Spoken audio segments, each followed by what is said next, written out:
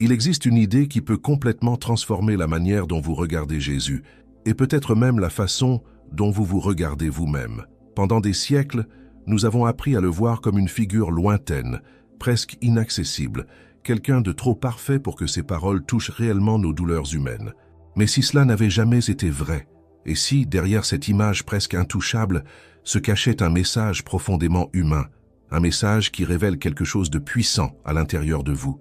Aujourd'hui, vous allez découvrir que les enseignements de Jésus ne parlent peut-être pas seulement de religion, mais de libération intérieure. Et lorsque vous comprendrez cela, quelque chose en vous pourra enfin commencer à se réorganiser.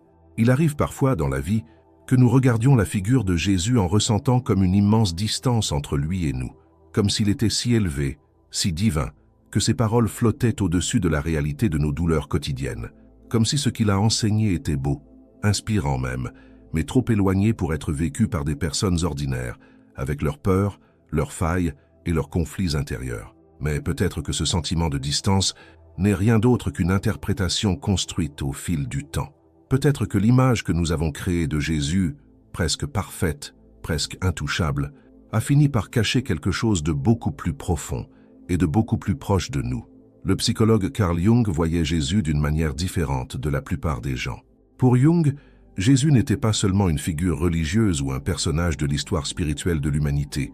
Il représentait un archétype, un symbole puissant de ce que l'être humain peut devenir lorsqu'il cesse de fuir lui-même. Lorsqu'une personne commence à intégrer ce qui existe en elle, la lumière et l'ombre, les blessures et la guérison, la fragilité et la force, quelque chose commence à se réorganiser intérieurement. Jung appelait ce processus l'intégration du soi. Et selon lui, Jésus symbolisait précisément ce point de rencontre intérieure, l'endroit où toutes les parties fragmentées de notre personnalité commencent à se réunir à nouveau.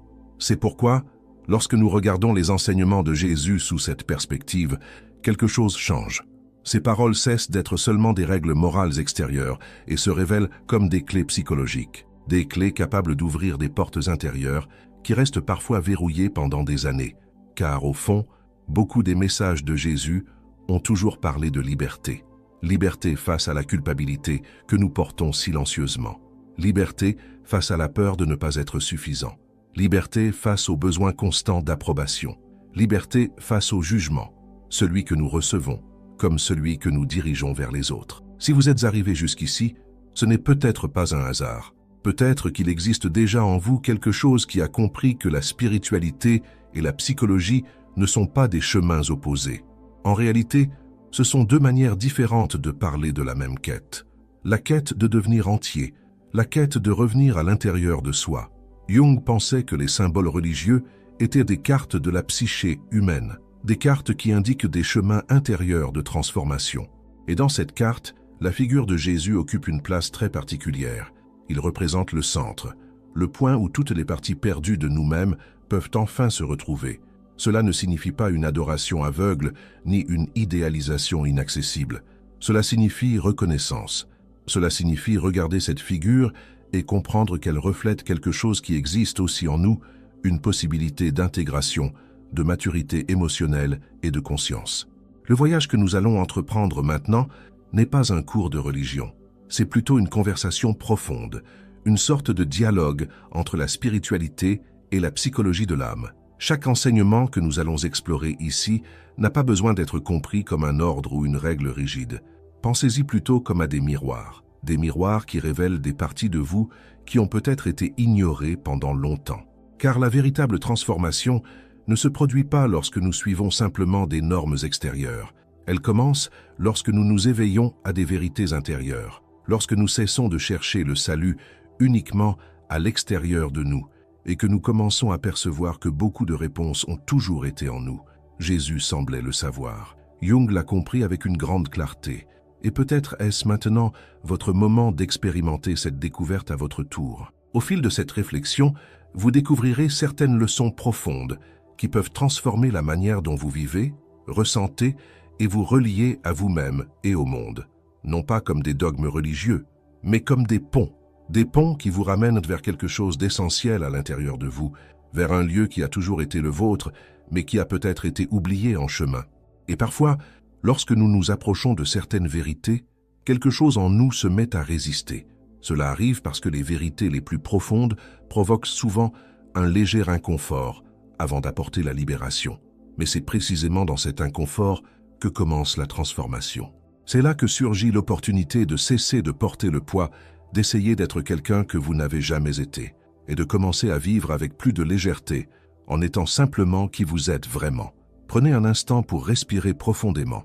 Permettez à ces mots de ne pas rencontrer en vous un juge critique, mais un terrain fertile, car de nouvelles idées, lorsqu'elles rencontrent un cœur ouvert, peuvent germer de façons inattendues. Jésus disait que le royaume des cieux n'était pas un lieu lointain, réservé pour après la vie. C'était un état intérieur, un état de paix, d'intégrité, de réconciliation avec soi-même. Et peut-être que l'une des parties les plus oubliées de l'un de ses enseignements est justement la plus révolutionnaire, lorsqu'il dit que nous devons aimer notre prochain comme nous-mêmes. Cette petite phrase porte une invitation profonde. Avant d'essayer d'aimer l'autre, nous devons faire la paix avec notre propre existence. Et cela n'est pas de l'égoïsme, c'est de la maturité émotionnelle. C'est comprendre que ce que nous offrons au monde naît toujours de ce qui existe déjà en nous. Pensez un instant à votre propre vie. Combien de fois avez-vous essayé de prendre soin de quelqu'un alors que vous étiez complètement épuisé à l'intérieur? Combien de fois avez-vous placé les besoins des autres au-dessus des vôtres en croyant que c'était cela l'amour? Combien de fois avez-vous ignoré des sentiments importants, abandonné des désirs légitimes ou fait taire des rêves personnels simplement pour éviter le rejet? Beaucoup de personnes appellent cela de l'amour, mais dans la plupart des cas, ce n'est pas de l'amour. C'est la peur déguisée en générosité. C'est le manque affectif habillé d'altruisme. C'est la tentative silencieuse de garantir l'acceptation. Carl Jung comprenait que lorsqu'une personne n'a pas encore fait la paix avec elle-même, l'amour se transforme facilement en dépendance émotionnelle. Vous commencez à aimer en espérant être aimé en retour. Vous prenez soin en espérant être pris en charge. Vous donnez en espérant recevoir. Et ce qui devrait être une liberté commence à se transformer en prison. L'amour qui naît du manque exige toujours quelque chose en retour. Et lorsque ce que nous attendons n'arrive pas, l'affection commence lentement à se transformer en frustration, puis en ressentiment. Mais il existe une autre forme d'amour. Un amour qui naît de l'intérieur vers l'extérieur. Un amour qui apparaît lorsque quelqu'un commence à intégrer ses propres parties intérieures. Le véritable amour de soi n'a rien à voir avec le narcissisme ni avec l'arrogance. Il naît du courage de regarder ses propres blessures, de reconnaître ses propres ombres, d'accueillir cette part plus sensible et vulnérable qui existe en chacun de nous. Lorsque cela se produit, quelque chose change silencieusement. Vous cessez d'exiger que l'autre remplisse vos vides. Vous cessez d'utiliser les relations comme une tentative de compléter quelque chose que vous seul pouvez guérir. Et alors, peu à peu, votre présence devient différente, plus légère, plus vraie. Car celui qui apprend à se soutenir émotionnellement n'a plus besoin d'aspirer l'énergie des autres. Celui qui apprend à s'accepter n'a plus besoin de vivre en suppliant l'approbation. Et celui qui trouve la sécurité en lui-même cesse d'essayer de tout contrôler autour de lui. De cet espace intérieur naît un amour différent, un amour libre, un amour qui n'emprisonne pas, un amour qui déborde simplement. Et peut-être est-ce exactement ce type d'amour qui commence à transformer la façon dont vous vous voyez, et aussi la manière dont vous vous reliez au monde. Car lorsque quelqu'un commence enfin à faire la paix avec lui-même, quelque chose de silencieux se produit dans l'âme, quelque chose qui change tout, mais ce changement demande aussi du courage, et c'est précisément de cela dont nous allons parler maintenant. Avant de poursuivre cette réflexion, j'aimerais vous faire une petite invitation. Si ces mots résonnent en vous, si à un moment de cette vidéo vous avez senti quelque chose bouger à l'intérieur de vous, alors prenez un instant pour vous abonner à la chaîne et laissez un like. Cela aide énormément pour que davantage de personnes puissent aussi découvrir ce type de contenu. Et si vous le souhaitez, écrivez dans les commentaires une phrase simple mais puissante. Je choisis de vivre avec plus de conscience et de paix. Cette petite affirmation n'est pas seulement un commentaire. C'est une manière de déclarer à vous-même que vous êtes ouvert à grandir, à apprendre et à vous reconnecter à ce qu'il y a de plus vrai en vous. Maintenant, respirez profondément encore une fois, car la prochaine réflexion touche à quelque chose que beaucoup de personnes évitent de regarder. Il existe une vérité importante sur l'amour de soi dont on parle presque jamais clairement. S'aimer soi-même ne signifie pas se sentir bien tout le temps. Cela ne signifie pas se regarder dans le miroir et voir uniquement ses qualités. Et cela ne signifie certainement pas ignorer ses erreurs ou prétendre que ses blessures n'existent pas. Le véritable amour de soi commence dans un endroit beaucoup plus profond. Il commence par le pardon. Et c'est peut-être l'une des parties les plus difficiles du voyage humain. Au cours de la vie, nous accumulons tous des expériences qui laissent des traces. Des paroles que nous avons entendues lorsque nous étions plus jeunes. Des déceptions venant de personnes en qui nous avions confiance. Des situations où nous avons été rejetés, critiqués ou incompris. Ces expériences ne disparaissent pas simplement avec le temps. Elles restent quelque part en nous, parfois sous forme de rancœur, parfois sous forme de honte, parfois comme une sensation silencieuse de ne pas être suffisant. Et sans nous en rendre compte, nous commençons à porter ces marques dans nos relations. Nous commençons à aimer avec peur. Nous commençons à faire confiance avec prudence. Et au fond de nous, nous commençons à attendre que quelqu'un finisse par nous blesser à nouveau. Le problème, c'est que lorsque nous ne regardons pas ces blessures intérieures, elles commencent à influencer nos choix de manière invisible. Carl Jung expliquait que tout ce qui n'est pas intégré en nous finit par se manifester d'une autre manière. Si vous ne reconnaissez pas votre propre colère, elle apparaît projetée sur les autres. Si vous n'acceptez pas votre propre tristesse, elle surgit dans des relations où la douleur se répète. Si vous ne reconnaissez pas vos insécurités, vous commencez à chercher constamment une validation extérieure. Et ainsi, la vie commence à créer des schémas. Des relations qui semblent différentes, mais qui se terminent toujours de la même façon.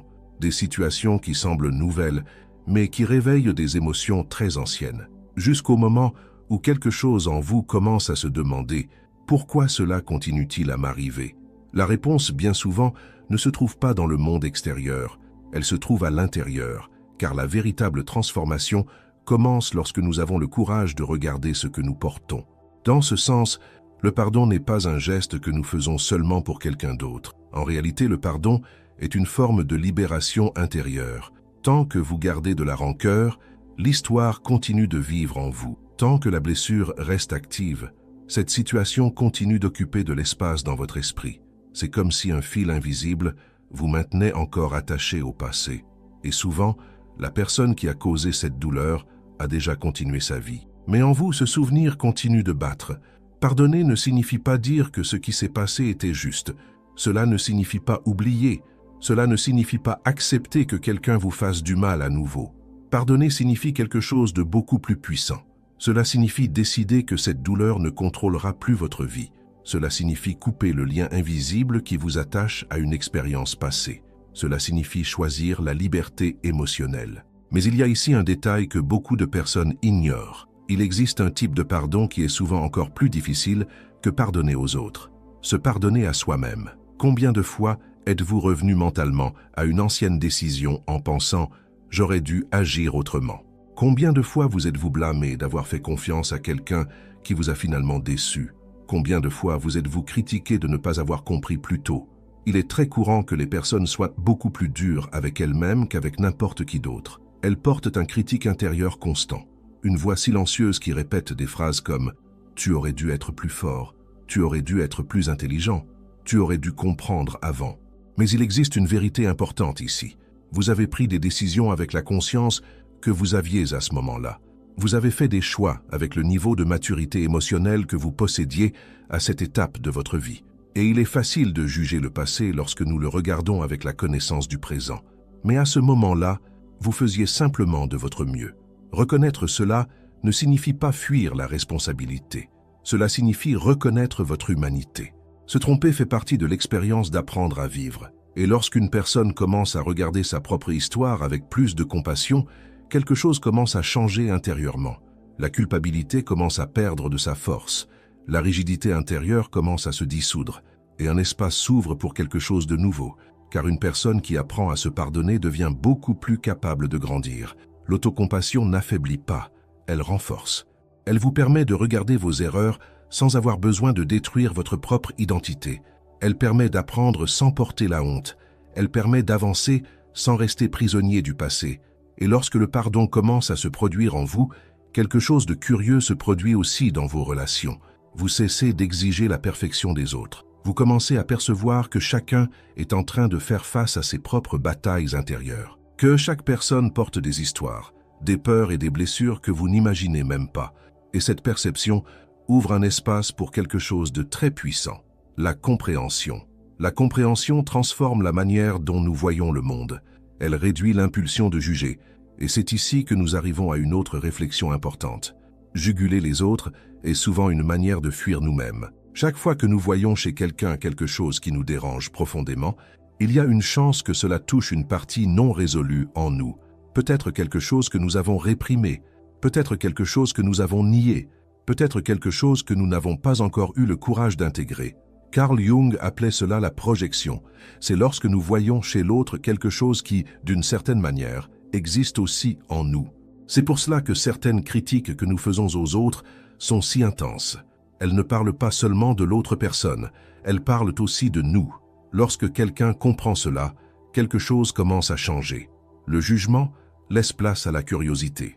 Au lieu de réagir immédiatement, la personne commence à se demander « Qu'est-ce que cette situation essaie de me montrer sur moi-même » Ce simple changement d'attitude peut ouvrir des portes profondes vers la connaissance de soi, car chaque irritation peut devenir un miroir. Chaque conflit peut devenir une invitation à regarder plus profondément.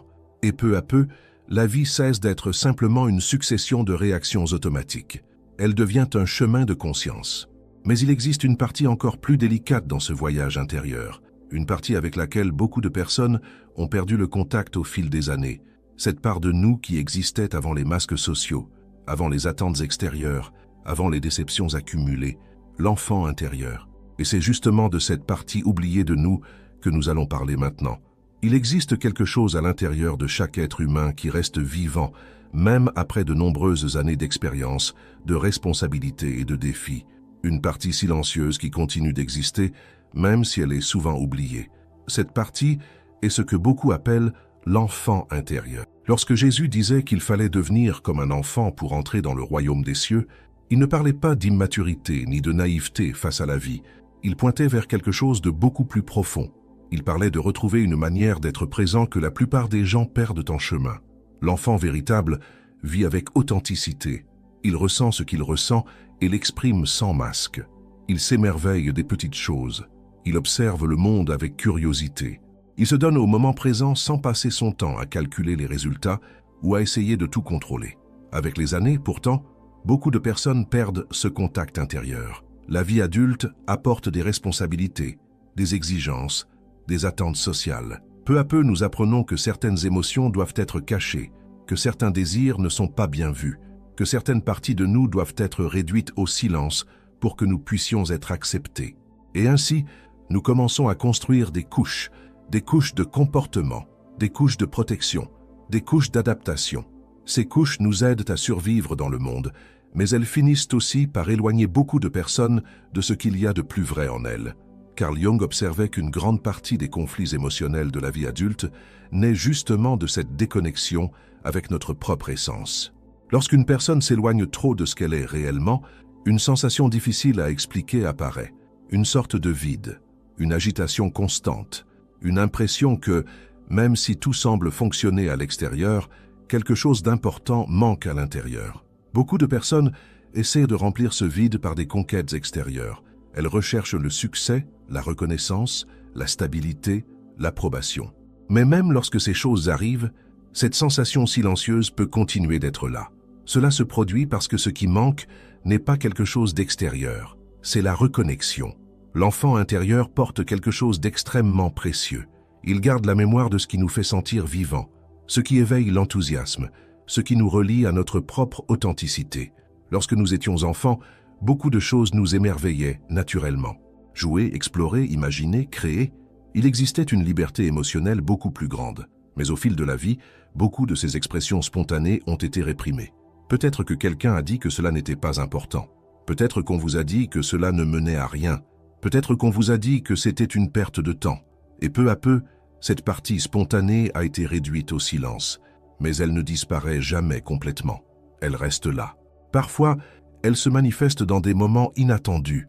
Lorsque vous écoutez une vieille musique qui réveille une émotion oubliée, lorsque vous observez quelque chose de simple dans la nature et ressentez une paix inattendue, lorsque vous faites une activité créative et que vous remarquez que le temps semble disparaître. Ces moments sont de petites portes qui nous reconnectent à quelque chose d'essentiel. Carl Jung comprenait l'enfant intérieur comme un archétype puissant, un symbole du potentiel de renouvellement qui existe en chaque personne, la capacité de recommencer, de regarder la vie avec des yeux nouveaux. de permettre à quelque chose de nouveau de fleurir, même après des périodes difficiles. Mais se reconnecter à cette partie intérieure n'est pas toujours confortable, parce qu'avec la spontanéité apparaissent aussi d'anciennes blessures, des souvenirs de moments où nous nous sommes sentis rejetés, des expériences d'abandon émotionnel, des confusions qui sont apparues dans les premières années de la vie et qui n'ont jamais été complètement comprises.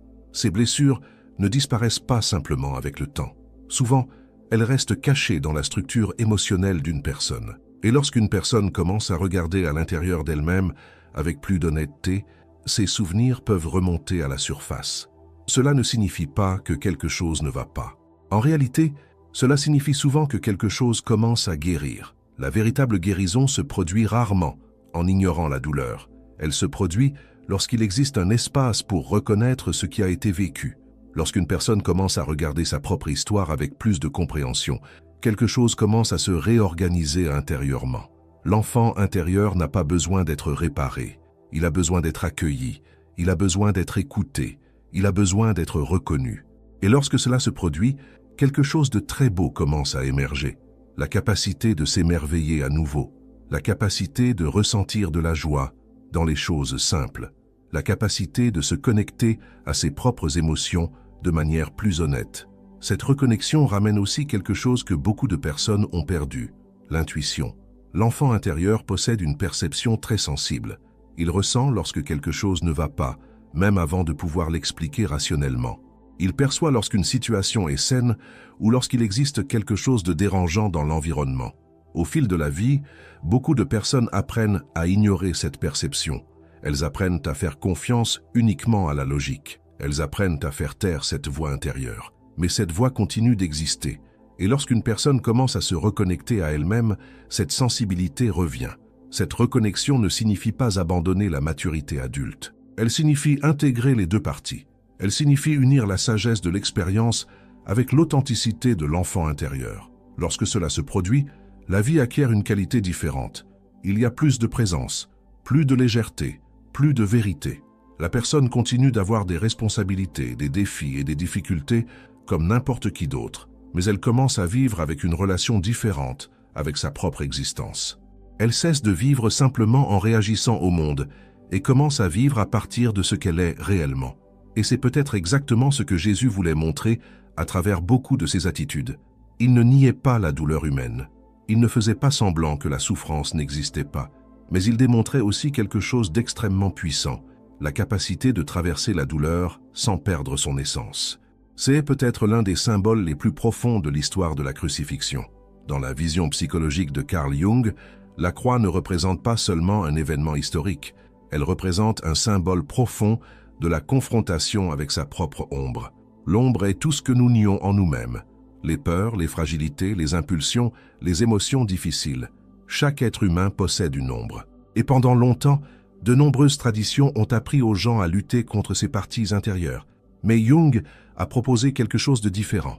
Il a expliqué que la véritable transformation ne se produit pas lorsque nous essayons d'éliminer l'ombre. Elle se produit lorsque nous apprenons à l'intégrer, lorsque nous reconnaissons que nous sommes faits de lumière et d'obscurité en même temps.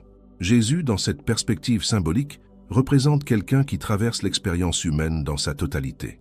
La joie et la souffrance, l'amour et l'abandon, la reconnaissance et le rejet. Et même face à ces expériences, quelque chose reste intact, la capacité d'aimer. C'est peut-être l'une des leçons les plus profondes de l'histoire de la croix. Vous pouvez être blessé sans devenir quelqu'un qui blesse. Vous pouvez être trahi sans vous transformer en quelqu'un qui trahit. Vous pouvez traverser des déceptions sans permettre qu'elles détruisent votre humanité. La douleur n'a pas besoin d'endurcir le cœur. Elle peut aussi élargir la sensibilité. La souffrance n'a pas besoin de transformer quelqu'un en une personne amère. Elle peut aussi éveiller la compassion. Chaque crise dans la vie humaine fonctionne comme un type de traversée. Des moments où quelque chose en nous semble s'effondrer. Des pertes, des ruptures, des changements inattendus. Des situations qui nous amènent à questionner qui nous sommes et où nous allons. Ces moments sont souvent vus uniquement comme des échecs ou des tragédies, mais dans une perspective plus profonde, ils peuvent aussi représenter des opportunités de transformation. C'est pendant ces phases que beaucoup de personnes découvrent des forces qu'elles n'imaginaient même pas posséder. C'est pendant ces périodes que les anciennes illusions tombent et qu'une vision plus réelle de la vie commence à apparaître. Jung appelait ce processus l'individuation, le chemin par lequel une personne devient de plus en plus proche de ce qu'elle est réellement. Ce chemin est rarement linéaire. Il existe des moments de clarté et des moments de confusion, des moments d'expansion et des moments de retrait, mais chaque étape a son rôle. Et lorsqu'une personne traverse ces expériences avec conscience, quelque chose de très profond commence à se produire. La personne cesse de dépendre exclusivement du monde extérieur pour trouver de la stabilité. Elle découvre une source intérieure de force, une sorte de centre silencieux en elle, un lieu où ses contradictions commencent à se réconcilier, où fragilité et courage peuvent coexister, où les doutes et la sagesse peuvent marcher ensemble. C'est peut-être exactement cet espace intérieur que Jésus décrivait lorsqu'il parlait du royaume des cieux, non pas comme un lieu lointain dans le futur, mais comme un état de conscience qui peut émerger à l'intérieur de chaque être humain.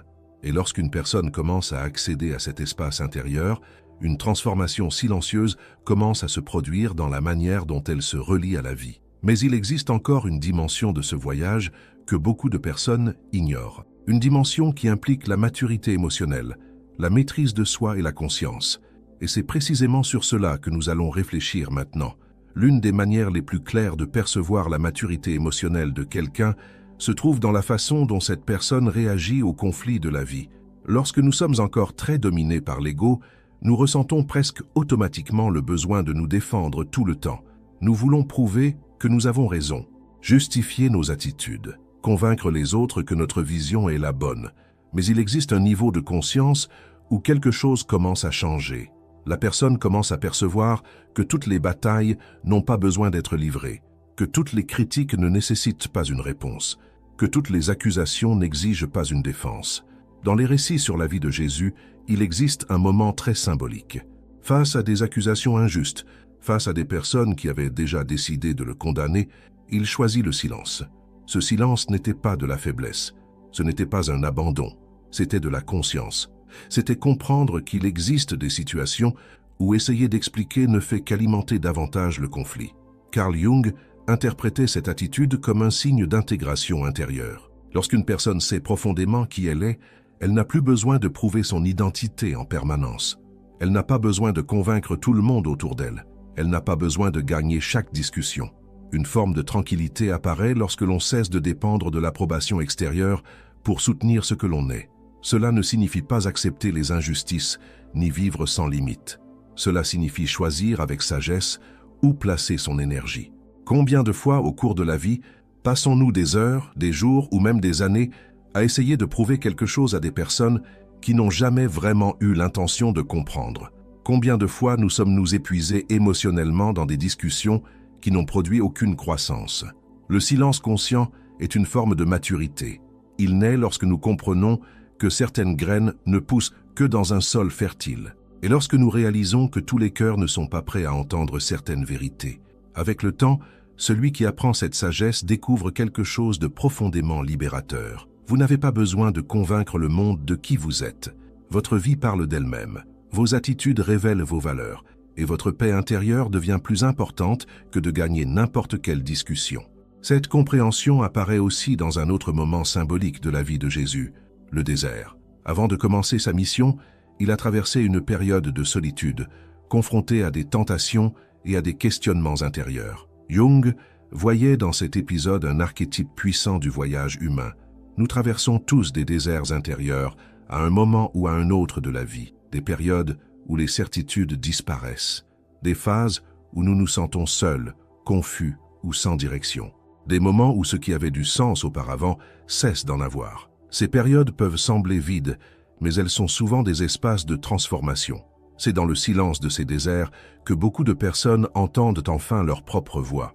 C'est loin des distractions et des attentes extérieures que nous commençons à percevoir ce qui compte réellement. Le désert n'est pas une punition, c'est un portail. C'est l'endroit où de nombreux masques tombent et où la véritable identité commence à émerger.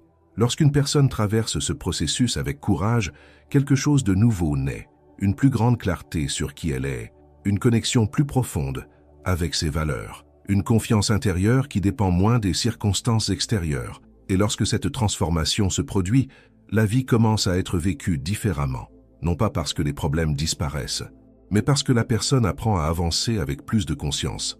Au fond, c'est peut-être cela la grande message que Jung percevait dans les enseignements de Jésus. Non pas l'idée d'un idéal impossible à atteindre, mais la révélation d'un chemin humain d'intégration. Un chemin où nous apprenons à nous aimer avec honnêteté, à reconnaître nos ombres sans les fuir, à pardonner ce qui nous retenait prisonniers du passé, à abandonner le jugement constant, à retrouver l'authenticité de l'enfant intérieur, à traverser les crises sans perdre notre essence, et à découvrir qu'il existe en chaque être humain une lumière qu'aucune circonstance extérieure ne peut éteindre. Cette quête ne consiste pas à devenir parfait, elle consiste à devenir entier. C'est accepter que nous sommes faits de contradictions, d'apprentissage, d'erreurs et de découvertes. C'est comprendre que dans chaque expérience existe la possibilité de grandir. Et peut-être que la vérité la plus profonde est celle-ci. Le royaume des cieux dont parlait Jésus n'a jamais été seulement un lieu lointain. Il a toujours été un état de conscience, un état où la personne cesse de lutter contre elle-même et commence enfin à habiter pleinement ce qu'elle est. À la prochaine vidéo.